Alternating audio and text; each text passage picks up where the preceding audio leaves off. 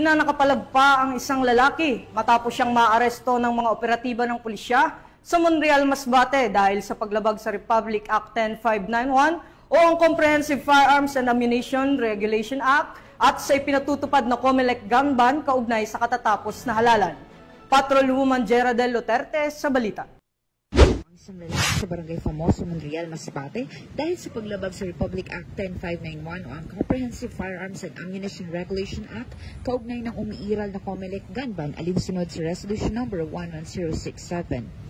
Kinilala ang suspect sa alias na Mike, 31 taong gulang, binata, isang caretaker at residente ng Sitio Kaonggo, Barangay Rizal, Monreal, Masbate. Batay sa ulat, nakatanggap ng tawag ang Monreal Municipal Police Station hinggil sa isang kaguluhan sa lugar.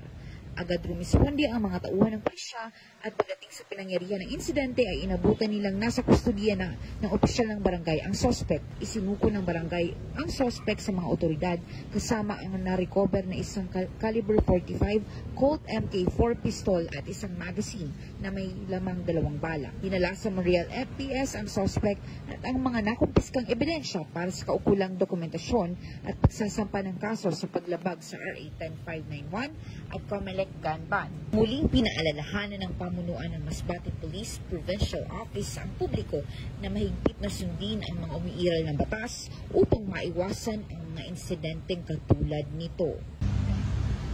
Mula dito sa Legazpi City, Albay, ako ang inyong PNN correspondent, Patrolwoman Jera del Luterte, alagad ng batas, tagataguyod ng Balitang Pulis.